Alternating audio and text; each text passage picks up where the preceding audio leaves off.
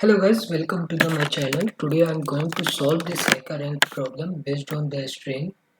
The question name is given string constructions. In this the problem statement we have to solve this question based on the given problem.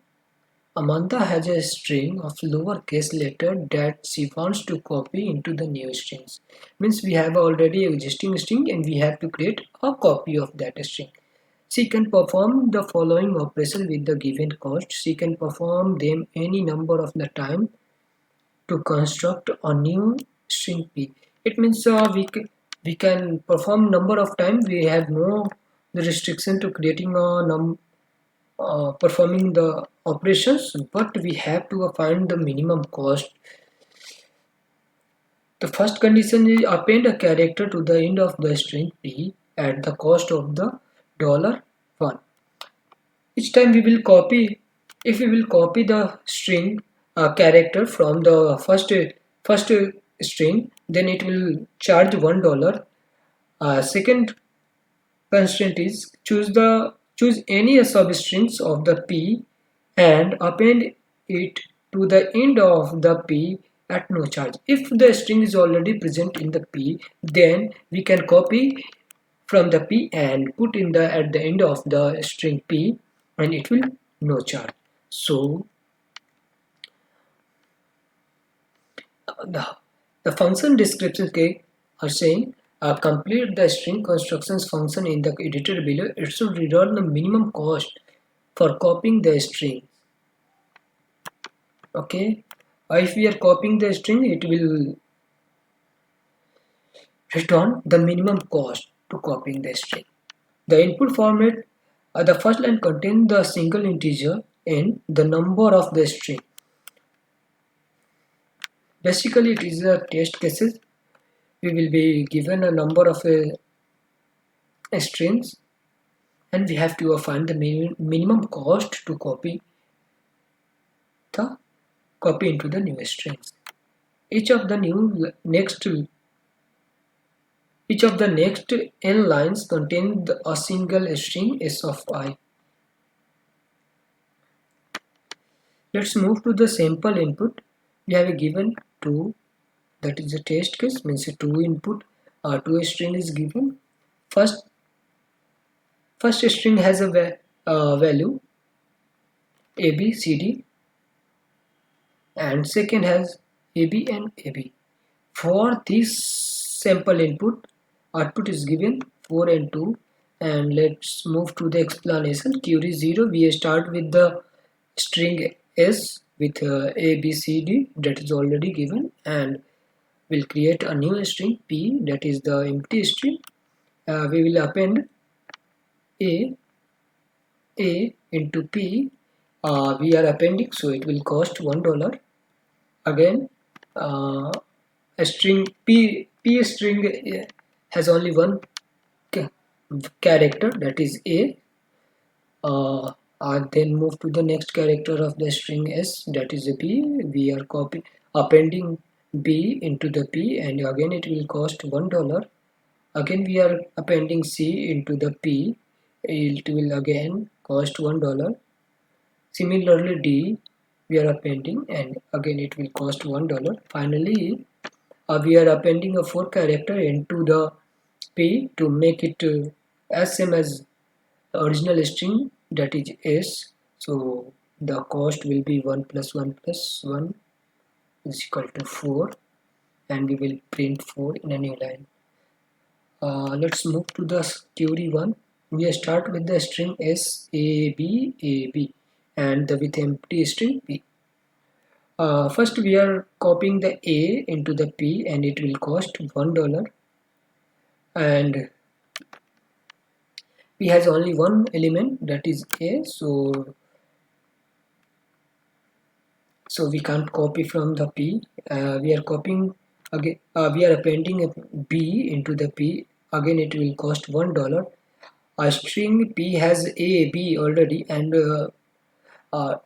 to be the same as the string b, it needs to be added ab. So we already have a ab, so then will copy the same string from the P and it will add into the P, so it will cost it will no cost. Finally it will returns 2 because we are using uh, these two A and B existing, that is present already present in the P and we are using to copy, so it will cost only 2. Let's move to the coding section. If you will see here, basically we have to find the unique character in the given string. In this string has 4 unique character, no repetition, so it is returning 4. In this character we have 2 unique character A and B, and it's repeating twice. Basically AB are 2 unique characters, so it's returning 2.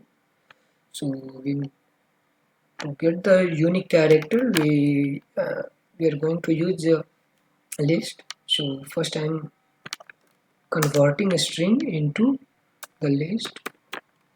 The list is equal s dot toList.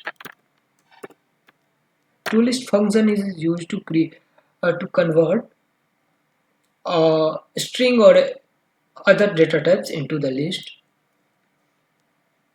And then after I am returning list dot distinct function will returns the distinct element present in the list, and dot count function will count the number of distinct element present in the list. So it will return the number of distinct element present in the list. If we have a item like 1 comma 2 comma 3 comma 4 comma 5 comma 3 comma 6. Suppose we have the element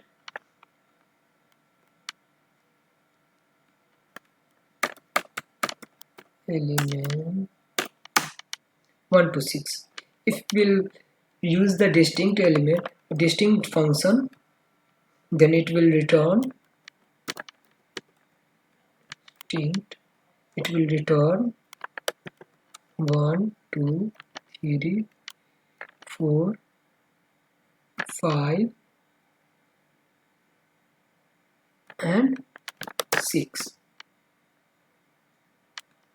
And count function will count the number of present in the distinct element, so it will return 6. Initially we have a 7 element, but 3 is repeating twice, so it will be eliminated from the list and a new list will be created for the distinct element, and the count function will count the distinct element present in the count function will count the number of item present in the list. That is the newly created. So let's run the code. Simple test case is passed. The all test case passed. Guys, if you like this video, then don't forget to share with your friend, and don't forget to subscribe my channel and hit the like button. Thank you.